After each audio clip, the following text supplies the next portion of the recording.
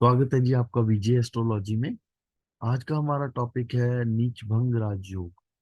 आगे बढ़ने से पहले आप सभी से अनुरोध है कि आप प्लीज चैनल को सब्सक्राइब कर लीजिए ताकि आगे की वीडियोस आपको मिलती रहे। और अगर आपको वीडियो अच्छी लगती है तो प्लीज आप चैनल वीडियो को शेयर करें और कमेंट भी करें और लाइक भी करें। धन्यवाद। आज का हमारा टॉपिक है नीच भंग राजयोग। ठीक है जी। तो नीच भंग राजयोग क्या होता है? देखिए, नीच भंग राज जो होता है, ये दो शब्दों से मिलके बना हुआ है। एक तो नीच, उसके बाद में भंग। तो नीच मतलब, तो कोई ना कोई प्लेनेट पहले नीच होना चाहिए तभी तो उसका नीच भंग होगा। तो पहले अगर कोई प्लेनेट नीच है, ठीक है जी, नीच का मतलब होता है दुर्बल और भंग का मतलब होता है कैंसलेशन। जो दुर्बल है, जो कुंडली में अगर आपके कोई ग्रह नीच का है तो वो बुरे फल देगा। ठीक है जी, क्योंकि उसमें बल नहीं होता है, वो दुर्बल स्थिति में होता है। अगर किसी चीज में बल नहीं है, मान लीजिए आप हैं, आप थक गए हैं पूरा काम दिन भर काम करके और आप में बल नहीं है, तो आप घर में कामों में हाथ नहीं बटा पाएंगे। तो वैसे ही ये है कि दुर्बल जो ग्रह है वो क्या है, वो नीच की संज्ञा मिली है उसको। और वो, उसमें इतना बल नहीं होता कि वो अपने जो अच्छे प्रभाव है वो दे सके। और भंग, दूसरा शब्द है भंग। तो भंग का मतलब होता है कैंसलेशन। जो आपकी दुर्बलता है वो कैंसल हो गई है, उसका मतलब रद्दीकरण। ठीक है जी। तो जो आपकी नीचता है वो भंग हो गई है। तो ये जो है, ये योग आपको रंक से राजा बनाने की क्षमता रखता है। ठीक है जी। तो आपका अगर कुंडली में नीच भंग है, राजयोग है, तो क्योंकि इसका पूरा नाम क्या है, नीच भंग राजयोग, तो ये आपको राजा बनाने के, राजा के समान सुविधाएं देने के काबिल है।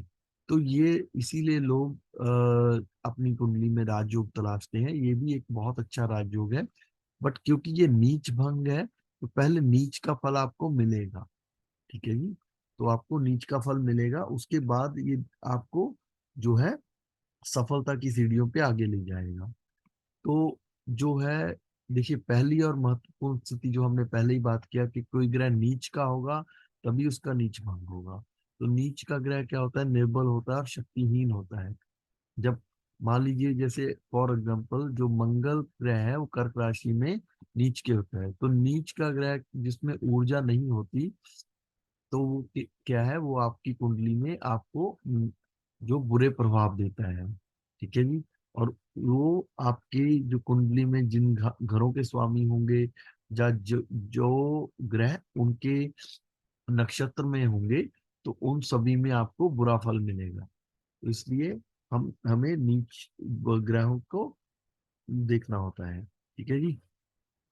एक जो दुर्बल ग्रह है वो अपनी सभी चीजों में बर्बादी देता है और हानि का संकेत देता है, जिसपे वो शासन करते हैं, जो कि हमने पहले ही बात की। तो जिन भी वस्तुओं पे वो शासन करते हैं, जैसे जो घर उनके कंट्रोल में आते हैं, जहाँ जिन जो जो राशियां उनके कंट्रोल में आती हैं, जिस ग्रह और अपनी जो घरों को वो नवमास में कंट्रोल में रख करते हैं, और जो ग्रह उनके नक्षत्रों में आते हैं, उन सभी में आपको बुरा फल मिलता है।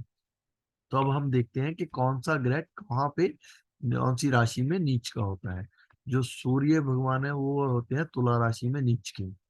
जो चंद्रमा है वो वृश्चिक राशि में नीच के होते हैं। जो मंगल है वो कर्क राशि में नीच के होते हैं। जो बुध है वो मीन राशि में नीच के होते हैं।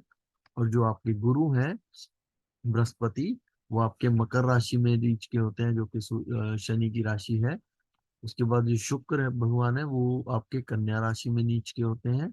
शनि जो है वो मेष राशि में नीच के होते हैं। ये चार्ट आप कहीं भी नोट कर लीजिए, ताकि आपको आगे जब भी जरूरत पड़े तो आप इसको रेफर कर पाए। हमने पहले के चैप्टर में भी, जो हमने पहला सबसे पहला लेसन पढ़ा था प्लैनेट्स के बारे में, उसमें भी हमने ग्रहों के उच्च नीच के बारे में चर्चा की थी। तो ये आपके लिए बहुत इंपॉर्टेंट है, ये चीजें याद रखना। तो अगर आपको याद नहीं है तो प्लीज आप इसको नोट डाउन कर लीजिए। अब हम आते हैं कि कौन कौन से सूत्र हैं जो नीच भंग राजयोग दिखाते हैं। ठीक है जी।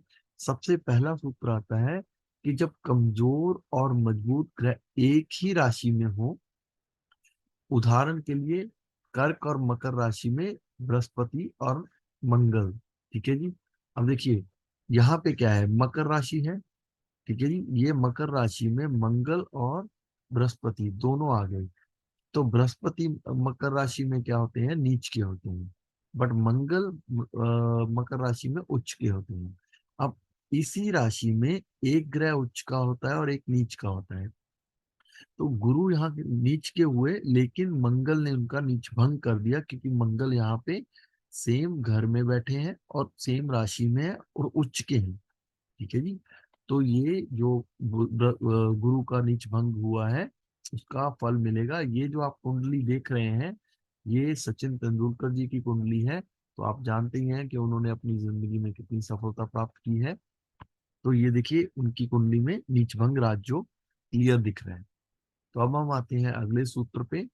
उसमें क्या है कि किसी कमजोर ग्रह की नीच राशि का स्वामी या तो कमजोर ग्रह के साथ में हो या उसको देख रहा हो। ठीक है जी। अब इसको मैं एग्जांपल के साथ एक्सप्लेन करता हूँ कि जैसे ये आप नीचे एक कुंडली देख रहे हैं, तो इस कुंडली में देखिए कि जो चंद्रमा है वो वृश्चिक राशि में नीच के हुए हैं। ठीक है जी, 8 नंबर पे जो चंद्रमा है वो नीच के होते हैं। अब यहाँ पे नीच के होते हैं 8 नंबर राशि, जो वृश्चिक राशि के स्वामी कौन है, मंगल। मंगल किन राशियों के स्वामी होते हैं, मंगल मेष 1 नंबर और 8 नंबर वृश्चिक, इन दोनों राशियों के स्वामी मंगल होते हैं। तो यहाँ पे चंद्रमा नीच के तो हुए, पर उनके साथ जो है स्वय राशि के मंगल भी तो आ गए। तो मंगल आने से इनका जो चंद्रमा का नीच भंग हुआ है। अब ये तो हमने देखा कि ग्रह साथ में है। तो ग्रह जब दृष्टि करेगा, दृष्टि जैसे मंगल की कौन कौन सी दृष्टि है, मंगल के पास तीसरी, सातवीं और आठवीं दृष्टि है। अगर मंगल यहाँ पे बैठेंगे तो अपनी आठवीं दृष्टि से, जैसे काउंट कीजिए, 1 2 3 4 5 6 7 और 8, आठवीं दृष्टि से चंद्रमा को देखेंगे और अपने राशि को देखेंगे, तो ये भी, अगर मंगल यहाँ पे होते तो भी नीच भंग होता, और अगर यहाँ पे होते अपनी सातवीं दृष्टि से देखते तब भी नीच भंग करते, और अगर ये अपने 11वें भाव में होते मंगल तो अपनी तीसरी दृष्टि से नीच भंग करते। तो यहाँ पे क्योंकि साथ में है, तो मंगल ने चंद्रमा का नीच भंग किया है। ये जो कुंडली आप देख रहे हैं, ये नरेंद्र मोदी जी की कुंडली है। और उनके बारे में भी आप भली बात ही जानते हैं कि उन्होंने अपनी जिंदगी में कहाँ से कहाँ सक्सेस हासिल की है, कहाँ क्या वो करते थे और अभी क्या है, तो आप भली भांति जानते हैं। ठीक है जी। तो आगे हम आते हैं अगले सूत्र पे, जो कि है दो अलग अलग राशियों के कमजोर ग्रह एक दूसरे पे दृष्टि डालें। अब देखिए ये सूत्र बड़ा ही आसान है। जैसे कि सूर्य तुला राशि में नीच के होते हैं और शनि जो है मेष राशि में नीच के होते हैं। ये दोनों नीच के हुए, पर ये एक दूसरे के आम जो है एक दूसरे पे दृष्टि डाल रहे हैं, एक दूसरे के बिल्कुल सामने है, 180 डिग्री है। तो जो शनि है वो सूर्य का नीच भंग कर रहे हैं, और जो सूर्य है वो शनि का नीच भंग कर रहे हैं। ठीक है जी। आप इसमें क्लियर देख रहे हैं कि जो शनि है वो 7 नंबर राशि जो कि तुला राशि है वहां पे उच्च के होते हैं, बट सूर्य वहां नीच के होते हैं। तो शनि ने यहाँ सूर्य का नीच भंग किया और सूर्य ने यहाँ शनि का नीच भंग किया। तो यहाँ पे इन्होंने एक दूसरे का नीच भंग किया। ये जो आप कुंडली देख रहे हैं, ये है आप पिकासो जी की कुंडली, जो कि बहुत ही बड़े विश्व प्रसिद्ध पेंटर हुए हैं। तो आपको उनके बारे में भी पता ही होगा। ठीक है जी। तो पाब्लो पिकासो जो है, उनकी ये कुंडली है। तो यहाँ पे उनका सूर्य और शनि का नीच भंग हुआ है, क्योंकि वो एक दूसरे के नीच राशियों में एक दूसरे के सामने है। अब हम आते हैं अगले सूत्र पे। किसी राशि के कमजोर ग्रह पर किसी उसके मजबूत ग्रह की दृष्टि होती है, तब भी नीच भंग होता है।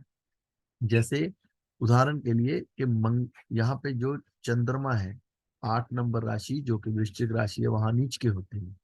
अब मंगल जो कि 8 नंबर के स्वामी भी हैं, और अपनी आठवीं दृष्टि से, 1 2 3 4, आप देखिए काउंट करेंगे तो आठवीं दृष्टि से चंद्रमा का नीच भंग कर रहे हैं। वृश्चिक राशि पे दृष्टि डाल रहे हैं जो कि उनकी खुद की राशि है, तो वो इन चंद्रमा का नीचभंग कर रहे हैं। तो ये एक सूत्र है नीचभंग राजयोग। अब हम आते हैं अगले सूत्र पे। इस सूत्र में क्या बोलते हैं कि कमजोर ग्रह की राशि का स्वामी उच्च का हो या केंद्र भाव में स्थित हो। अब देखिए, जो कमजोर ग्रह क्या है, यहाँ पे चंद्रमा जो है नीच के हुए हैं वृश्चिक राशि में। और जो वृश्चिक राशि के स्वामी कौन है, वो है मंगल।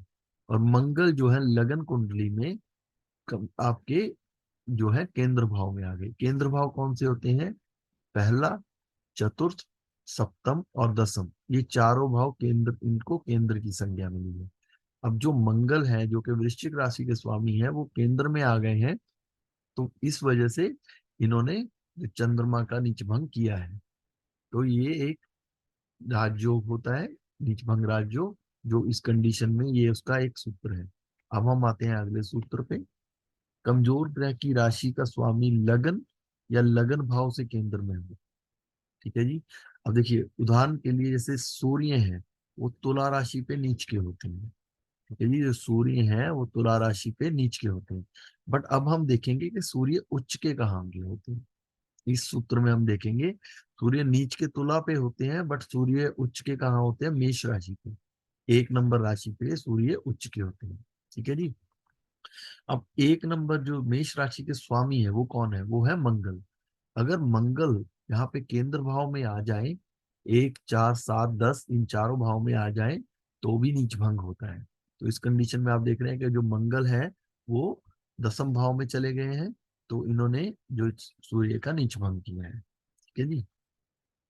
अब हम आते हैं अगले सूत्र पे। कमजोर ग्रह की राशि का स्वामी लगन भाव से केंद्र स्थान में हो, तो इसका क्या मीनिंग है, देखिए, जो कमजोर भाव है, मतलब सूर्य यहाँ पे तुला राशि में नीच के हुए हैं। पहले हमने देखा कि जहां पे नीच के हुए हैं वहां पे सूर्य उच्च के कहा हुए एक नंबर राशि पे, तो उसका स्वामी अगर केंद्र में आ जाए। अब हम देखेंगे कि जो जिस राशि में सूर्य नीच के हुए हैं, जैसे तुला राशि में नीच के हुए हैं, तो तुला राशि के स्वामी कौन हुए, तुला राशि के स्वामी होते हैं शुक्र। अगर शुक्र आपकी लगन कुंडली में केंद्र में आ जाते हैं, तब भी नीच भंग होता है। तो अब ये देखिए, शुक्र कहाँ है, दसम भाव में। ठीक है, तो केंद्र में आ गए, तो शुक्र ने यहाँ ऊपर वाले सूत्र में मंगल ने सूर्य का नीच भंग किया था, और यहाँ पे शुक्र ने सूर्य का नीच भंग किया है। ठीक है जी। तो ये दोनों सूत्र अलग हैं। होप कि आपको ये समझ में आए होंगे। अगर आपको कोई डाउट है तो प्लीज आप कमेंट बॉक्स में लिखिए, तो ताकि फिर मैं आपको दोबारा से एक्सप्लेन कर पाऊँ। ठीक है जी।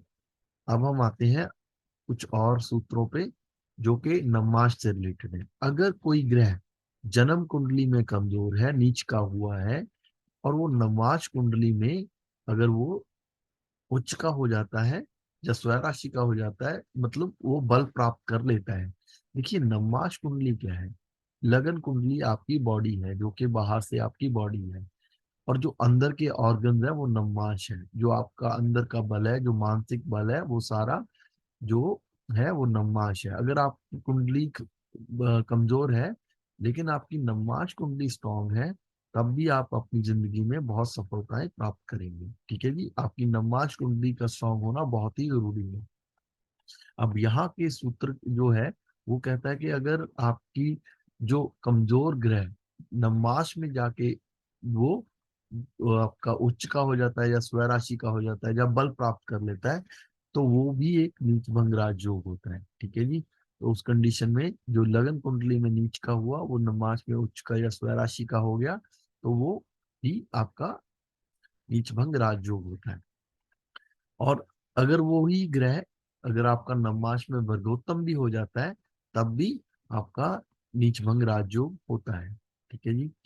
अब हम आते हैं लास्ट सूत्र पे। अगर आपका नीच का ग्रह वक्री हो जाता है, तब भी नीच भंग होता है। वक्री ग्रह क्या होता है, देखिए, वक्री ग्रह स्ट्रॉन्ग होता है, क्योंकि वक्री ग्रह जो आपकी जो पृथ्वी है उसके सबसे करीब में होता है। ठीक है जी। तो हमने पहले जब वक्री ग्रह के बारे में पढ़ा था पिछले दो तीन क्लास पहले हमने वक्री ग्रह के बारे में चर्चा की थी, तब हमने पूरा डिटेल में वक्री ग्रह के बारे में विश्लेषण किया था कि वक्री ग्रह स्ट्रांग होता है। अब देखिए, नीच के ग्रह के पास बल नहीं है, बट वो वक्री हो जाएगा तो उसके पास ऑटोमेटिकली बल आ जाएगा।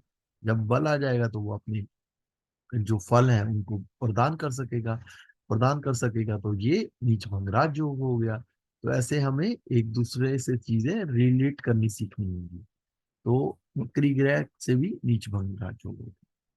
तो आपका ये वीडियो देखने के लिए बहुत बहुत धन्यवाद। अगर आपको वीडियो अच्छा लगा हो तो प्लीज आप लाइक कीजिए, कमेंट कीजिए, शेयर कीजिए एंड सब्सक्राइब कीजिए। अगर आपको अपनी कुंडली का पर्सनल विश्लेषण चाहिए या आपको रतन रुद्राक्ष जप या दान के बारे में एडवाइस चाहिए तो आप प्लीज vjastrology86@gmail.com पर कॉन्टेक्ट कीजिए। तो विजय एस्ट्रोलॉजी में वीडियो देखने के लिए आपका बहुत बहुत धन्यवाद। थैंक यू जी। शुभ रात्रि।